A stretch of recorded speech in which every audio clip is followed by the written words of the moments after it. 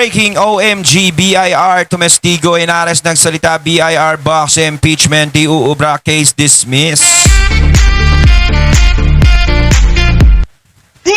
Ayan, syempre ito po ang inyong lingkod na si BT and welcome to my channel, Tunay na Kritiko. At syempre magbibigay tayo ng reaksyon at komento dito sa video at balita na matutunghayan natin ngayon. So wag na natin pagtagalin at sabay-sabay na nating panoorin ang laman ng video na ito at bigyan natin ng reaksyon. Pasok! Ito naman, magre-react tayo dito patungkol dito sa kailangan natin itong i-react mapakinggan itong si Dad. Siyempre, bago natin simulan ng video ito, nais ko nga pala magbigay ng credits dito sa boses at video na matutunghayan natin ngayon at bibigyan ng reaksyon. Walang iba kundi si Sir Donmar TV. Siyempre, huwag niyong kalimutang suportahan ang channel ni Sir Donmar TV. Pakibisita po yan at huwag niyong kalimutang mag-subscribe at mag-follow para maging updated po kayo sa mga vlogs, reactions at sa mga balita na hinahatid sa atin ni Sir Donmar TV. Ipagpatuloy natin. Ating Commissioner Kim Henares patungkol po dyan sa BIR box na yan. Sa panahon ni Corona, bakit na open raw yun? Yan ang dapat nating malaman. Ito, panoorin natin. Play. Alright, we're now joined by former BIR Commissioner Kim Henares. Good morning to you, ma'am. Long time no see. Good morning rin sa inyo. Alright, maganda pag-usapan po natin kasi unang-una, alam nyo ang kasaysayan doon sa Corona case at number 2 ay kayo ay dating pinuno mismo ng BIR. So let's start with this. In an impeachment trial, regardless of who is sitting, who is being impeached, who is being tried, ano ang nakasaad sa batas pagdating sa pag-release ng tax records ng isang impeachable official at ano ang dahilan kung bakit nung panahon ni Renato Corona na-release po ito? Yan. Okay, yung batas ho, the National Internal Revenue Code, sinasaad ho sa Section 71, there's only 3 instances kung kung pwedeng i-release ang information. No? First, dahil may kumuha ka ng authority sa presidente at binigyan ka ng permiso ng presidente. Pangalawa ho, di ba dati naglalabas kami ng top taxpayer, yun, kaya ho, nilalabas yung information na yun. O yung pangatlo, kung dahil ho dun sa exchange of information, no? So, kung yari, may ibang bansa susulat ho sa atin, hinihingi ho yung mga informasyon tungkol sa mamamayan nila. Mm-hmm. So, yun, pwede ho natin ibigay yan. So, doon lang ho, long instances na yan, no? Mga pag-utos ng presidente, no? At ito ho, a rule must sa... Paano yung pag-inutos? Lahat ng klase na request, no? Noong time ni impeachment ni Chief Justice Corona, may subpoena sa akin na maglabas ng income tax return ni Justice Corona, the wife, the children, and the son-in-law. We were able to release it kasi humingi ako ng authority mula sa presidente. At that time ang presidente, si President Noynoy Aquino. Oo. Sino po ang humigi diba? noon? Kasi si Aquino may kinalaman ito kay Aquino dati di ba? Kontra sila. Ngayon, kontra rin si BP Sara at si BBM. So malaki ang chance na si BBM na mismo ang mag-approve niyan. Bangag Oo, ano sinabi na pag inutos ng presidente? Lagi naman kasing sinasabi ni BBM, kumbaga sa mga tumatakbo sa mga ganyan-ganyan, sabi niya lagi binabanggit ni Claire Castro na hindi makikialam ang presidente sa kung anuman. Diba? Maniniwala pa ba ako? Alam nyo, yung mga balita natin ngayon, parang ang lagi nating nagiging tanong, maniniwala ba ako? Ay, nako. Para lang to for historical purposes, no? Sino ang nag-request noon kay Pangulong Noynoy Aquino na release the tax records kaya kayo nagkaroon ng sabina?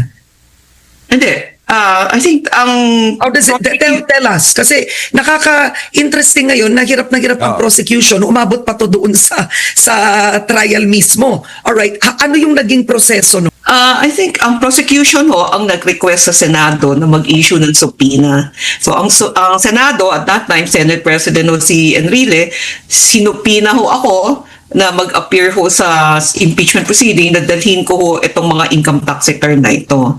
At dahil may ganong subpoena, ako naman ho ang nag-request sa Malacanang kay Presidente na may ganitong subpoena, humingi ako ng authority na pwede ko bang dalhin yung income tax return at i-release sa kanila. Yun ho. So, ang Malacanang naman, ang Presidente, through the Executive Secretary, nagbigay ho ng authority sa akin na mag-is ng income tax return. Oo. Kasi sa batas, ang may authority mag-request ay yung Commissioner ng Internal Revenue. Oo. So, with what you are seeing now, is the prosecution doing it in a strategic manner? So what they're doing now is they're giving their arguments in the impeachment trial in court. And on Monday, the Senate judges will decide. If hypothetically, ma'am, kunyari nag-decide ang impeachment court, no, we vote not to open the tax records, fine, that's clear. Let's say nagkaroon ng botohan. We vote to open the tax records to subpoena them dalhin dito.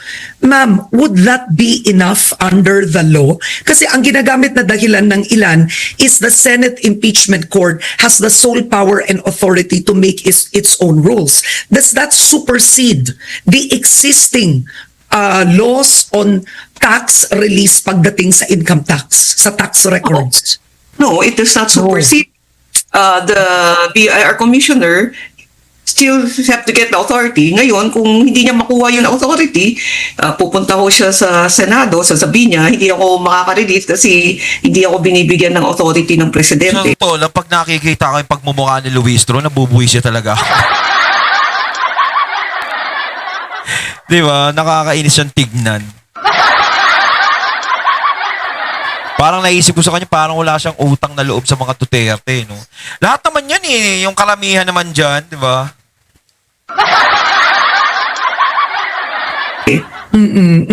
Now, ang tanong ko kasi sa prosecution, ma'am, why doesn't President Marcos Jr. himself just order right now the BIR? And these are just questions of ano lang po ito, process, understanding how it should be done. Tinatanong ko kasi bakit di nyo na lang i-request the prosecution, request the President para tapos na to, please order the BIR to release the tax records. Can that be done, or dapat the impeachment, dapat the commissioner like you should tell the President, sir, I received a subpoena to release the tax records? Same ending but two different processes. Pwede ba yung una? Alam niyo, ang problema dun sa una, kasi hindi ba sabi ni Presidente Marcos, ayaw niya makialam sa impeachment, di ba? So, di ba? Kung ayaw niya makialam, syempre, hindi siya pwedeng mag-volunteer, di ba? May process. Kumbaga, masabi-sabi niya na eh. Di ba? Gaya yung sinasabi natin, no? Hindi nga daw siya makikialam sa kahit ano. No, bahala na, kumbaga kung ano man ang impeachment na yan, yung kahantungan ng impeachment na yan is hindi siya makikialam. Pero ang tanong ko diyan, 'di ba? Totoo bang hindi makikialam? 'Di ba? Madali lang kasing sabihin hindi ako makikialam, hindi ako makikialam. Lalong-lalo na kung alam nyo naman sa sobrang hina ng ebidensya na lumalabas kay BP Sara, may posibilidad na makalusot siya. 'Di ba? So pag nakalusot siya, sino ba ang mapapahamak? Ano sa tingin nyo? Sino? Sino ba ang unang mga mariresma kanya kung sakasakaling maging presidente si Sara Duterte? Kaya sa tingin ko, yung sinasabing hindi makikialam, parang malabo yun. Kaya ako lagi ko tinatanong sa inyo eh. Totoo kaya yan? Di ba? Kasi mahirap paniwalaan eh. Lalong-lalo na kung alam mo pagdating ng panahon, siya yung magiging tinik sa lalamunan mo. Di ba? Siya yung maaaring magbagsak sa'yo. Siyempre, pababayaan mo ba na ang posibilidad na magpabagsak sa'yo, pababayaan mo lang na ganun ang gawin sa'yo balang araw. Siyempre, hanggat maaga, hahadlangan mo na. Kaya nga nagkaroon ng mga impeachment na yan. Kaya ganyan ang mga nangyari sa Duterte. Di ba? Hindi mo naman kasi masasabi na kagustuhan lang yon ng mga taong galit sa mga Duterte o ng mga ganyang mga tao. Siyempre, hindi naman nila gagawin yan kung wala talagang pinaka-main silang sinasandalan o nagmamando sa kanila. Diba?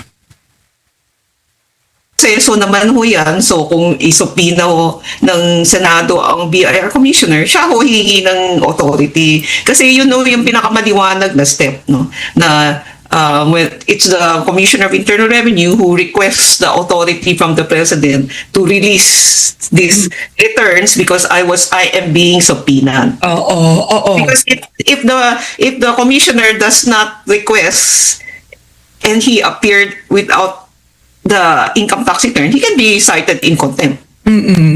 Now, he appears without the authority and release the income tax return, he will be sued criminally Oo. under Section 270. So, ang pinaka madali at malinis pag-issue ng subpoena ang Senado, tapos ang commissioner, pag natanggap niya yan, susulat po siya sa Malacanang kay Presidente, sasabihin niya, Sir, meron akong subpoena, ang sabi ho ng batas, kailangan ko kunin ang authority niyo, pwede ba akong pahingi ng authority? No?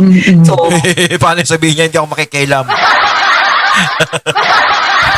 with that, kunyari, hindi pa niya nakukuha yan authority, pwede niyang pakita sa Senado na ito ho, yung request ko, hinahantay ko lang ho yung authority ng Presidente, handa naman akong i-release yung income tax return na yan.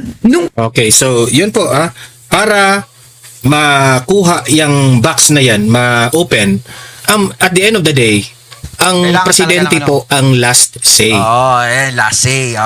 Kumbaga, hindi pa pwede yung sinasabi niya hindi ako makikialam. Pero ako talaga hindi ako makikialam. Talagang paninindigan ko yan. Bahala kayo dyan. Ako, hindi ako nabas ako dyan. So, kung mangyari yan, na magla-last say si BBM, alam na natin. Alam na yun. Alam na natin yan. Alam na. Pero ewan ko na lang kung sa batas natin, tama ba ito? Legal ba ito? At in the future, baka makasuhan rin ang Presidente Bongbong Marcos kung i-approve niya, i-open yung box na yan. Kasi, anyway, sa 2028, kung si VP Sara ang maging presidente, ang dami namang nakabinbing kaso itong si BBM eh. Mapanagot ito eh. Ang dami, alam kong, Kaya yung sinasabi ko. Hindi nila papayagan din dahil alam naman nila sigurado 100% re-raise back si BP Sara eh. Alam nila sa mga sarili nila yan. Kaya hanggat maaga, ganyan na ginagawa nila kay VP Sara, di ba? Hanggat sila pa yung mga nakapwesto, hanggat meron pa silang kapangyarihan at pumapabor pa sa kanila yung pagkakataon, is ganyan ang gagawin nila. Kita nyo, napakaaga, di ba? Napakaaga ng mga nangyari kay VP Sara na ganito. Di ba? Talagang naging maagap sila. Hindi na sila nagpahuli kasi kung magpapahuli sila na yung late na nila aksyonan, kumbaga late na nilang birahin si BP Sara, late na nilang hilahin pababa, is maaaring si BP Sara makapiglas. Kaya kita nyo, maagang-maaga pa lang, halos hindi na ata yung mga congressman na galit kay BP Sara, hindi na maasikaso yung mga distrito nila, parang si BP Sara na lang nakatuon kay BP Sara na lang nakatuon yung mga nila mga sarili nila eh. 'Di ba? sa 2028, ang daming gaganti dito kay BBM. Inanalyze na natin yan, hindi tayo nagsabi niyan. Pero ayan guys, no, narinig naman natin si Commissioner Henares mag-comment na Dami talagang tingin ko na magiging problema ni BBM pagdating ng araw kung sakasakaling siya ay bumaba na sa pagiging presidente. Kaya nga kailangan niya dyan si Boying. lang kayo, mag-react kayo, ano ang masasabi nyo patungkol dito. Ayon, at ating ngayon ng video na nagbula kay Banat Kabayan TV at syempre ngayon natin ang boses at video na binigyan natin ng reaksyon na nagbula kay Sir Donmar TV. Kayo mga katunay, ano masasabi nyo tungkol dito? Comment lang po kayo sa comment box. So once again, I'm BT and I'm out. Peace.